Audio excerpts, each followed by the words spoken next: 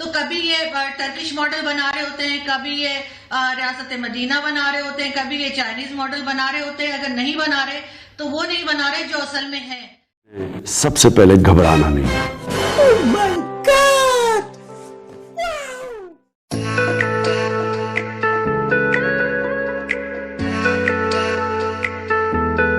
राजा फैसल ये सर्टिफिकेट देने कह रहे हैं वहां पे कुछ नहीं हो रहा, सब बढ़िया है।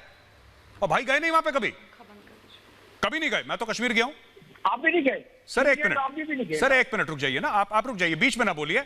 इसका फॉर्मेट ये नहीं है कि लोग बीच में बोलते हैं। जब आप बोल रहे थे मैं बीच में नहीं बोला। आप राजा फैसल साहब, मैं आपसे रिक्वेस्ट कर रहा हूं सर, आप प्लीज बीच में मत बोलिए। इसका शो का फॉर्मेट नहीं है, बीच में चीखना चिल्लाना फॉर्मेट नहीं है। आपने सब कुछ बोला, मैंने बीच में नहीं बोला। अब मैं बोल रहा हूं, आप बीच में मत बोलिए।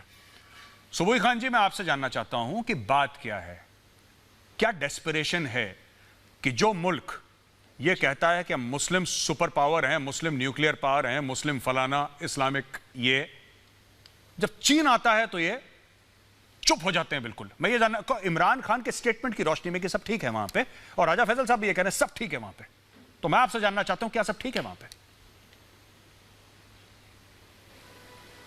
जी गौरव जी, देखिए इसमें दो अहम पॉइंट्स में कवर करना चाहूंगी। हम सभी लोग जानते हैं कि ये जो ड्रैगन बिरयानी की जो ये एक डेंजरस टॉक्सिक कॉम्बिनेशन है, ये पूरी दुनिया में कहीं नहीं है। पूरे विश्व में ये लोग एक दूसरे के जानी दुश्मन हैं, क्योंकि दोनों विस्तारवादी मानसिकता हैं। जिहादी भी इस्लामिक स्टेट बनाना चाहते हैं और कम्युनिस्ट भी अपनी विस्तारवादी मानसिकता से पूरे विश्व को गुलाम बनाना चाहते हैं। तो पूरे विश्व में एक दूसरे का गिरबान पकड़ेंगे, लेकिन भारत के खिलाफ ये हमेशा ड्रैगन बिरयानी बनाते हैं। तो अब इमरान खान की ये स्टेटमेंट डेफिनेटली चीन के साथ मिलकर भारत के खिलाफ कोई षड्यंत्र मुझे लग रहा है, जिसके लिए वो मुसलमानों को भी भारत के खिलाफ या भारत में इंटरनल क्योस करने की कोशिश शायद करेंगे। तो स्पेसिफिकली मुस्लिम्स को ये समझने की जरूरत है कि रियासत मदीना की बात करने वाले इमरान खान अचानक से रियासत जिनपिंग की बात करने लगे।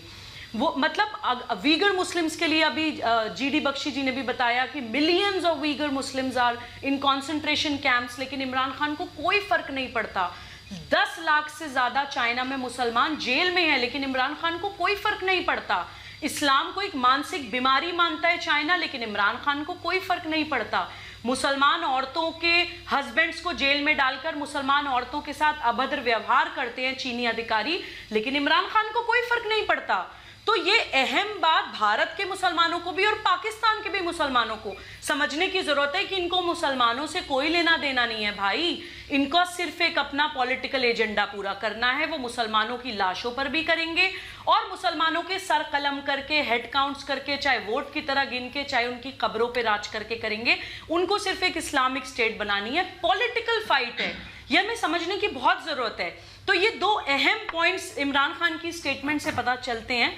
और एक बात मैं और बोलना चाहती हूं कि देखिए, लोकतंत्र के जो सम्मान है वो वही समझ सकता है जो जन समर्थन से चुना हुआ लीडर हो। जो एक सिलेक्टेड प्राइम मिनिस्टर है और किसी एजेंडा के तहत प्राइम मिनिस्टर बनाया गया है, उनसे आप डेमोक्रेसी के लिए सम्मान या डेमोक्रेसी का मतलब भी समझ पाना कैसे एक्सपेक्ट करेंगे? तो आई एम नॉट सरप्राइज, क्योंकि उनका चरित्र और उनका एजेंडा दोनों ही एक्सपोज हो रहा है स्टेटमेंट से। जी सुबोई खान साहब, बहुत बहुत धन्यवाद आपके कमेंट्स का। मैं जाता हूं आरजू काजमी साहिबा के पास। आरजू जी, देखिए सुबोई खान साहिबा ने एक चीज बोली, मैं डिसएग्री करता हूं इनसे। इन्होंने बोला कि पाकिस्तानी क़यादत जो है इसको वीगर मुसलमानों के साथ क्या रहा है, फर्क नहीं पड़ता। मैं कहता हूं आम पाकिस्तानी को भी फर्क नहीं पड़ता। राजा फैसल साहब हैं, पढ़े लिखे हैं, इनको भी फर्क नहीं पड़ता। ये कह रहा हो ही नहीं रहा यार, ऐसा मरते हैं मरने दो, कल मरते हैं आज मरें, आज मरते हैं अभी मरे, मेरी तरफ से मुझे कोई फर्क नहीं पड़ता। आप बताओ जी डॉलर कितने दे रहे हो, साफ सीधी बात है, ठीक है। बंदा डाका भी डालता है ना तो 3 घर छोड़ के डाका डालता है। हर घर में डाका नहीं डाला जाता। चोरी और डाके के भी उसूल होते हैं और चोरों और डकैतों के भी उसूल होते हैं। ये कैसा उसूल है कि साहब आप एक मुस्लिम पावर भी बनना चाहते हैं, आप ऑटोमन्स की भी बात करते हैं तुर्की के साथ मिलकर, आप मुगलों की भी बात करते हैं, गौरी भी है, गजनवी भी है, सब कुछ है, लेकिन जहां पे चीन आता है वहां पे एक सन्नाटा जैसा है कि मतलब कुछ नोबडी विल से एनीथिंग। पहले तो इमरान खान साहब ने मना ही कर, ये क्लीन चिट तो अभी दी है इमरान खान साहब ने। पहले कहते हैं मुझे पता ही नहीं है। इनको फिलिस्तीन के बारे में सारी पीएचडी कर रखी है इमरान खान ने फिलिस्तीन पे, और डबल पीएचडी कर रखी है कश्मीर के बारे में, राइट। लेकिन बगल में चीन है, एक नेबर चीन भी है इनका, उसके बारे में इनको जीरो। 4000 किलोमीटर दूर क्या हो रहा है, खान साहब को सारी इंफॉर्मेशन है। बगल में चाइना में क्या हो रहा है, खान साहब इज ब्लैंक। अब खान साहब ने बोला लाओ मैं क्लीन चिट देता हूं, ठीक है। आरजू काज़मी साहिबा, आप बताइए, वीगर मुसलमानों के साथ जो हो रहा है वहां पे, ये कोई ढकी छुपी बात नहीं। और कोई भी ये बोले कि साहब ये सिर्फ इसलिए क्योंकि चाइना के ऊपर प्रेशर डालना, please don't give covering fire to China, ये गलत काम है, ठीक है। मैं तो सिर्फ एक चीज ये कहता हूं आरजू जी, साफ सीधी सिंपल बात है, यह मामला आज से नहीं है, यह मामला ग्लोबल मीडिया बहुत सालों से उठाता आ रहा है। यह अल जजीरा, जो कि कतर का एक न्यूज चैनल है ग्लोबल, अल जजीरा ने भी उठाया है ये बात सब ने बोली है, सिर्फ पाकिस्तान है पूरी दुनिया में, यह मुसलमान मुल्कों ने भी बोली है बात, इतने दबे लफ्जों में बोली, इतने खुल के नहीं बोली, इतना खुल के कंडेमनेशन नहीं हुआ, लेकिन उन्होंने भी ऑन रिकॉर्ड बोला है कि सम इन्वेस्टिगेशन शुड बी डन। सिर्फ पाकिस्तान है जो बोल रहा है कि नहीं साहब ऐसा कुछ नहीं है, बिना गए हुए। और ये पाकिस्तान में हो सकता है कि एक्सपर्टीज है, जगह नहीं गए, नॉलेज नहीं है, लेकिन चीन है तो अपना यार है। आरजू जी। बिल्कुल आप ठीक कह रहे हैं मेजर साहब, जैसा आपने कहा कि चोर और डाकुओं का भी कोई रूल होता है, कोई तरीका होता है, लेकिन जो पॉलिटिशियंस होते हैं मेरे ख्याल से उनके पास इस तरह की कोई चीज नहीं होती।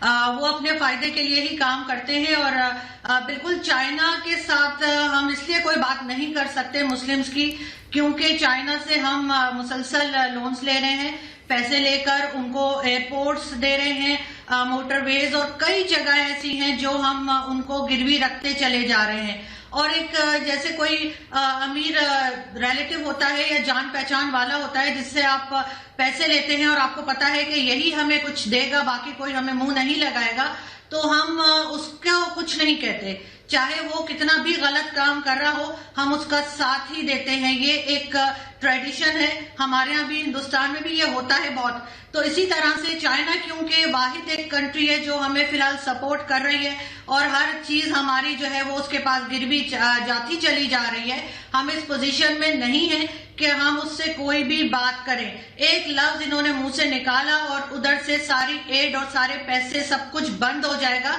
और फिर ये क्या करेंगे बैठ के। तो क्योंकि और कोई तो हमें दे रहा नहीं है, जिससे ले सकते थे ये उससे ये ले चुके हैं।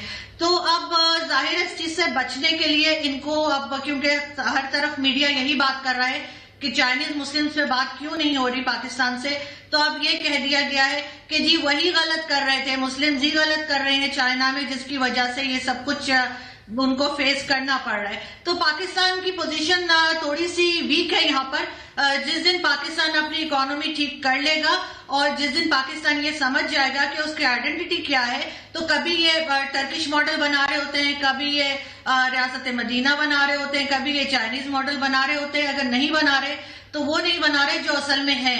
तो जिस दिन ये सारी कंफ्यूजन दूर होगी, जिस दिन इनमें इतनी हिम्मत आएगी कि हमने खुद अपने पैरों पे खड़े होना है, किसी का मोहताज नहीं होना है, ताकि लोगों को गलत और सही को सही कहने की हिम्मत आए, जब तक ये कुछ नहीं कर पाएंगे। और आपको इसी तरह का रिएक्शन, इसी तरह के लोग और इसी तरह की बातें सुनने को मिलेंगी। बिल्कुल हमें कोई फर्क नहीं पड़ता कि वहां पे मुस्लिम्स के साथ क्या हो रहा है, जब तक हमें चाइना एड दे रहा है। जिस दिन चाइना ने हमारी मदद बंद कर दी, उस दिन हम चाइना को दुनिया भर की गालियां देंगे और जो बोलना होगा बोलेंगे, लेकिन फिलहाल हम ऐसा कुछ नहीं करेंगे।